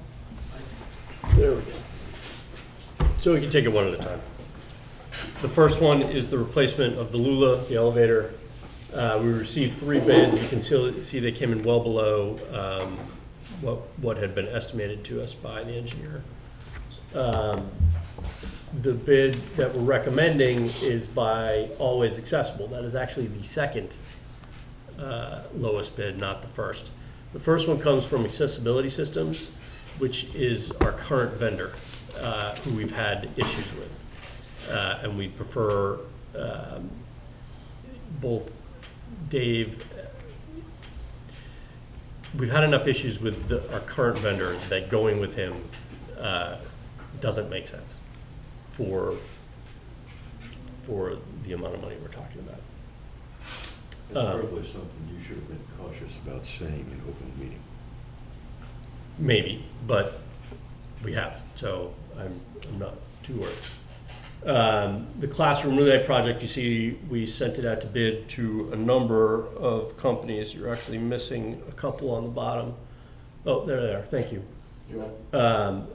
You can see we got one bid from Philo Electric, a local company.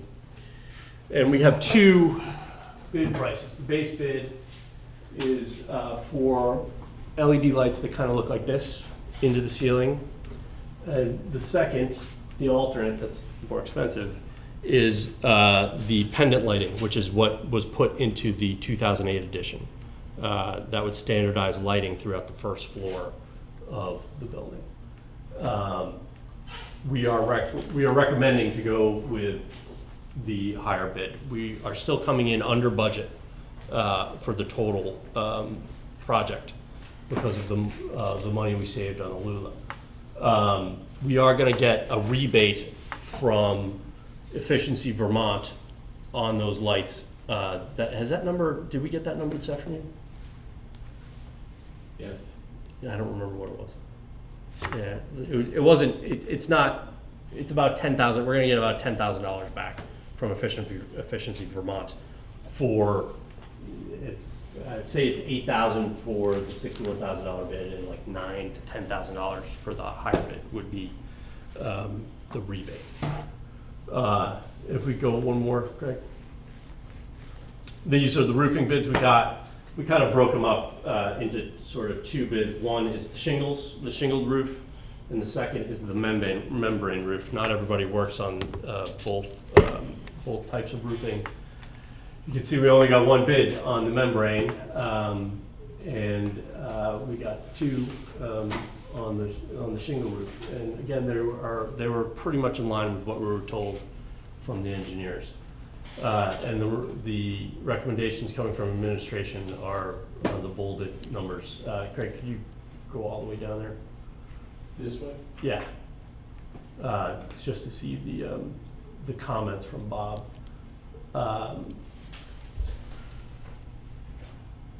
Mark, do you know who did the lighting for the 2008 project?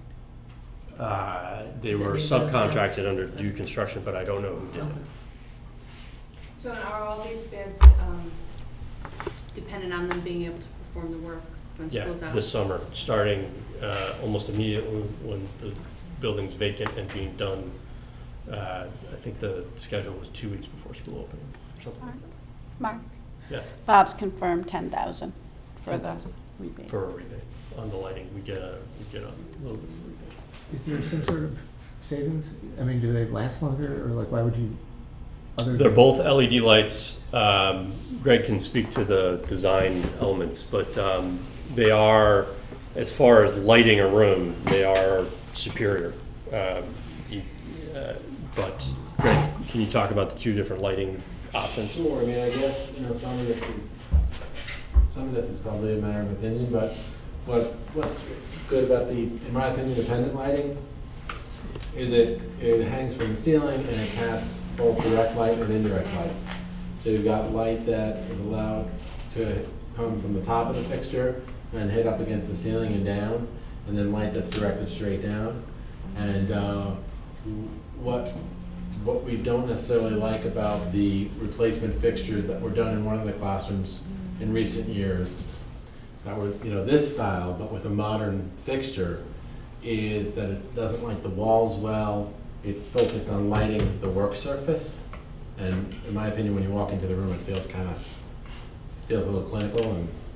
And so it's a different type of light, and also aesthetically, I think it's a better look. But I'm not a lighting expert, that's just from my observations.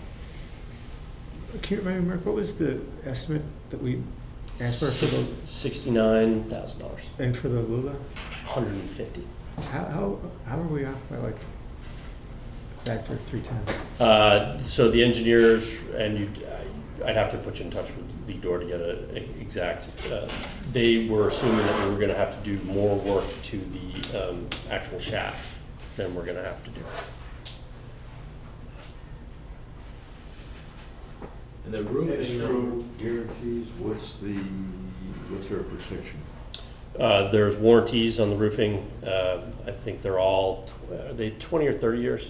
Greg, do you remember? The roofing, it's at least 20, I'm not. I think the membranes are more, actually. I'll get an answer for that, the exact answer. And I'm just picking a name out of the hat, I don't know any of these people. Yes. If Philo Electric gets into the middle of the job and folds up or says, I can't finish, I mean,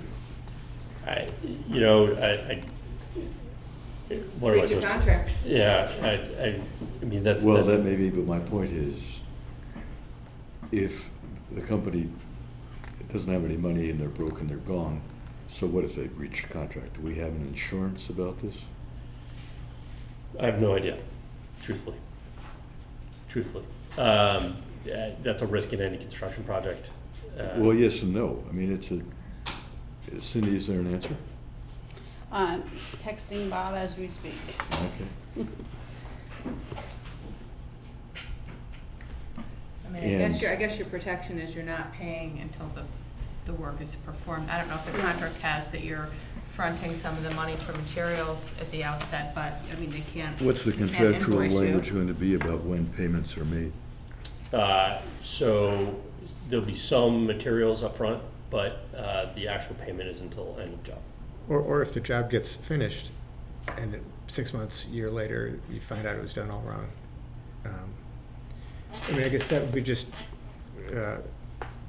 again, not to pick on any one name, but if it's a name that doesn't have a long track record, I mean, I don't know.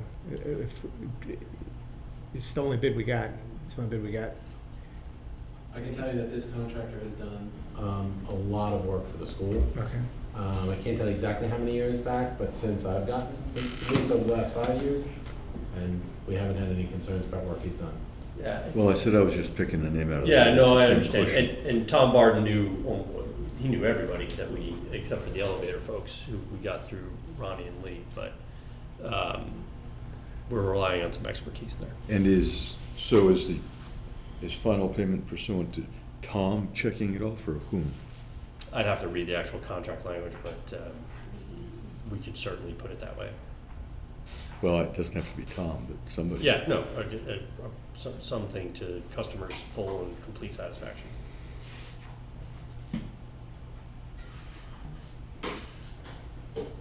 Questions, comments, anything else? We bored them to death. Yeah. we- So Thank you for coming. how does this, I haven't been through a sort of facilities bonding before, but how does this bear on like the amount of money we borrowed and, remember you're gonna be paying for some money that we never used or? So we have about a $20,000 cushion, is it that big?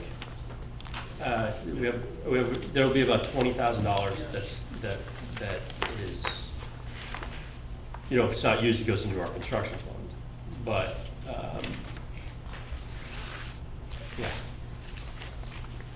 But that should buffer any unforeseen. Yeah, we don't have like a 50% buffer or anything. The word that Bob uses is small contingency, so remain. Yeah.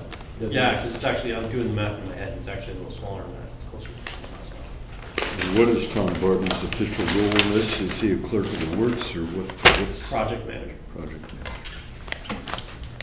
Now, typically somebody who is in the business has a manager of their own for a project. So are you saying that they don't and Tom's it, or he's it in addition to whatever they have? Whatever they bring under their bid, they bring, but Tom is watching all the construction for us and so on. Tom was also watching all construction with the floor that we wound up in court about.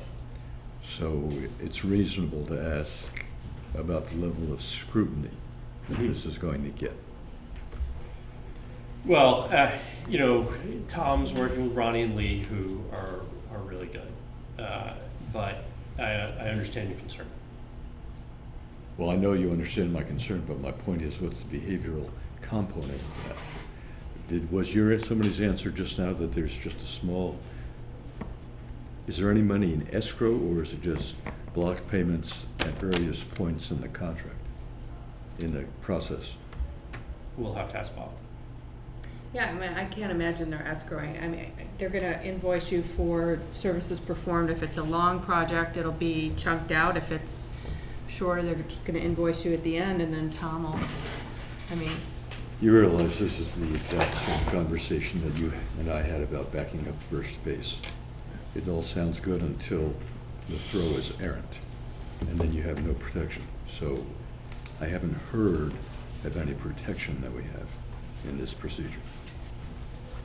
Well, other than the contract that we'll have with them, I suppose that's probably, this is a contractual relationship. It's So who had done the work on estimating the elevator cost? Lee and Ron. So I don't know, it didn't help my confidence on sort of professionalism in this whole thing. Well, it's a pretty antiquated system that we have, and probably they haven't worked with them much, whereas the roof and the lighting are much more typical things that they would be giving us guidance about of an estimate. I think we're, being that concerned, it's not like it's an insignificant amount of money, but we've bonded for that amount of money. We have bids that fall well within that.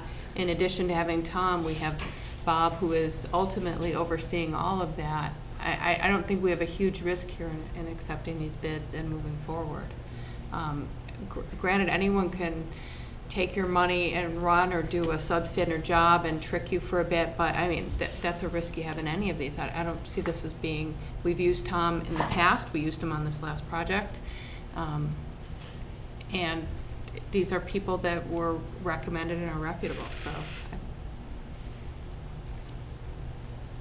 I guess we lucked out that the Lula came under, because then these other sort of improvements in what we were looking for, we can afford.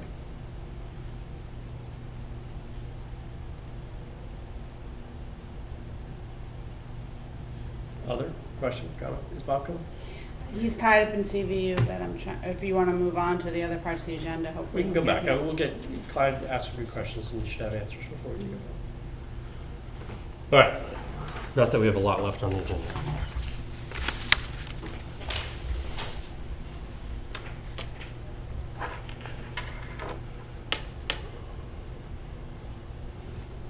Where are we? I'm gonna go. Yeah, we do 8.0, we do the consent agenda. Does anybody have any reason to pull anything out of the consent agenda? Do I have a motion to approve the consent agenda as presented? Second? Second. All those in favor? Aye. Opposed? Director's comments. Anybody have anything they'd like to add? I have a couple of, I have comment and a question. The comment is you ought to advise the public that the retreat is a public meeting, accepting whatever parts might be executive session. Not that anybody ever comes, but they should know that they can. And then the other thing is, Greg, this confusion about the SBACs not being used this year for AYP and something else. Yes. What's the prognosis for the future of that? I mean, what's going to happen next year, for example? Have they got some kind of proposal for how to calibrate it? Understand its implications? Yeah. There hasn't been any kind of word on what's going to happen after that. I mean, I think the expectation originally was that this year's data was going to be used, and then the decision was made that it wouldn't. So my expectation is that next year it would. This year would be the baseline from which we're moving forward. So we don't have a clear answer about next year, but I expect that next year will sort of quote unquote count. So, Bob, do you understand my questions about what protection we do or do not have in this construction? I didn't capture all of that. No, in I don't, text. because I've not heard your question yet, so it's difficult for me to. Before we move on too quick, I just want to, what you were saying about the SBACs, there was some confusion that came out, and it's partly the Burlington Free Press's fault for that title of that opinion piece they put out there. Clyde and I had a couple emails back and forth about what was going on, and I found it. That's when I found it. I'm like, what are they talking about? But so if anybody there's a statement from the Vermont Department of Education agency that came out in March about the SBACs. That's what stands. The Burlington Free Press did an opinion piece that said they were dropping the SBAC entirely, or that was the title. That it took them a couple paragraphs to get to the point. But anyway, just so there's some clarification around that. Yeah. Sorry. I know Bob has to get back to the CVU, so if, No, actually, they've concluded their He was able to get activities out. for the evening. well, Just. then we've got all night. So they've got undivided attention. Yes, so I'm here for good. Good.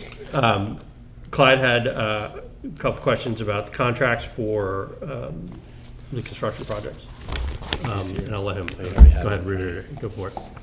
Yeah, what protection do we have about faulty workmanship or incompleted tasks, or, I mean, is the schedule of payment just block payments or pursuant to checkoffs by some other person?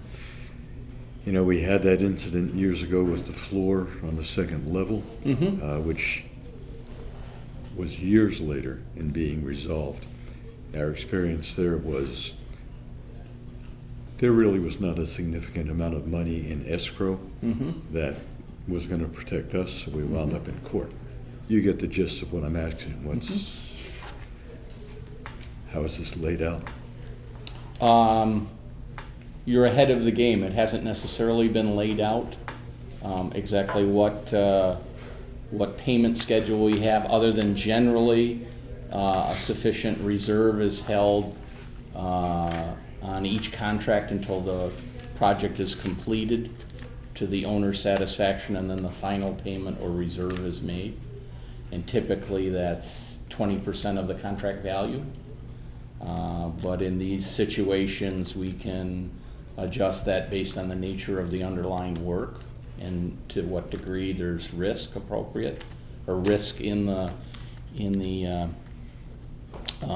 work that's has to be done. I will mention that this board chose to pay additional money for the shingle roof construction when you did the addition, and asked for a warranty and guarantee from both the manufacturer of the shingles and the installer of the shingles. We carried that warranty or guarantee requirement forward into the new shingle roof. So the new shingled roof, which is about the half of the project, there's a membrane roof and a shingled roof, will carry the same warranty that your addition carried.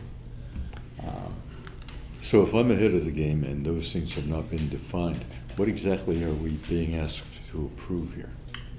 You're awarding a contract to the low bidder, and shortly after you do that, we will finalize contract language with each of those four bidders that you've chosen And tonight. then who's going to sign, who actually signs the contract in this case? I usually sign those on behalf of the school district. If this board doesn't like that, I'm more than happy to have the board chair sign it. It's a technical question. Do we just have to authorize you, or do you just go ahead and do it? I'm authorized to do it as an officer of CSSU and its member schools. I'm your chief operations officer.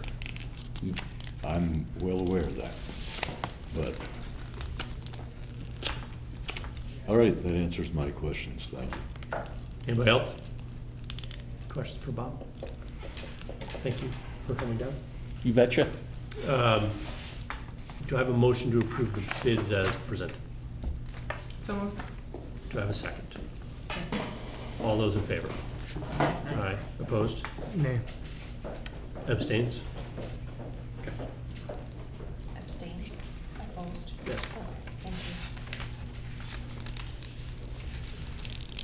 Thank you. Director's comments. We all set? I just made two. Somebody else's turn. Well, I was just gonna thank the PTO, some of whom were here. I really like that they're sending out like a weekly reminder. Like, I didn't know it was Spirit Week, even though I should from the newsletter, so.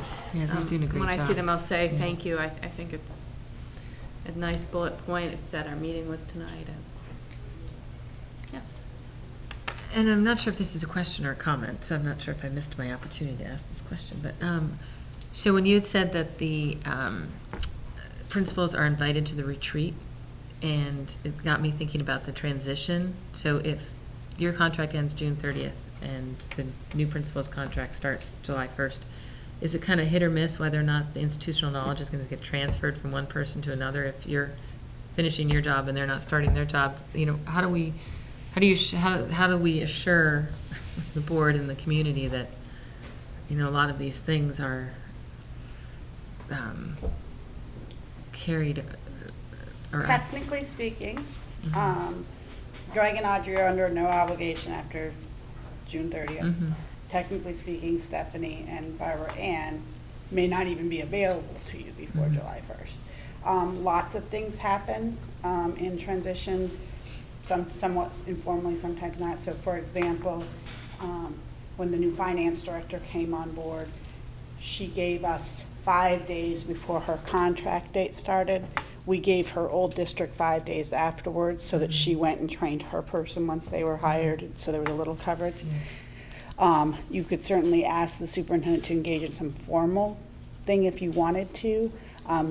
There'll be a difference in that Greg's not leaving the supervisory union, so just by virtue of being here, he'll get, and I know he and Elaine have already started those conversations a little bit about how he may or may not be able to help, and he and Walter are going through a very similar process in Williston. Audrey, I don't, it just will depend where she ends up. But it's certainly being thought of. It's not, nobody's forgotten it. It's just, it's a lot of who's available when. And Stephanie's still teaching. we have, And an Barbara- internal candidate. And Barbara Ann's not a full-time, that's not a full-time position, so perhaps she Yeah. isn't starting, her current position is not full-time, so maybe she is available in June. But I'm just wondering if there's a way to kind of reassure me, I guess. I'd like to, What I can say is unofficially, is that I know that there are meetings that are, that have already happened between, or that are scheduled to happen with Stephanie and Barbara Ann, and I know that there's been communication with Stephanie and Barbara Ann and Audrey and I about finding opportunities to get together. So I know we can't obligate people who aren't hired here yet to, but. Sometimes there's no transition. I think Greg and I tell you I don't know that you had No, any that's transition. right. When we coming. arrived, it was very little. Yeah, so, and that's the one nice thing about an SU of our size, at least, even if it's not in the school, there's certainly at least peers to reach out to. So, and central office will obviously be supporting that transition. But there's something, more directive doesn't sound right, but more specific the board would like Elaine to report back on, I can have her do that.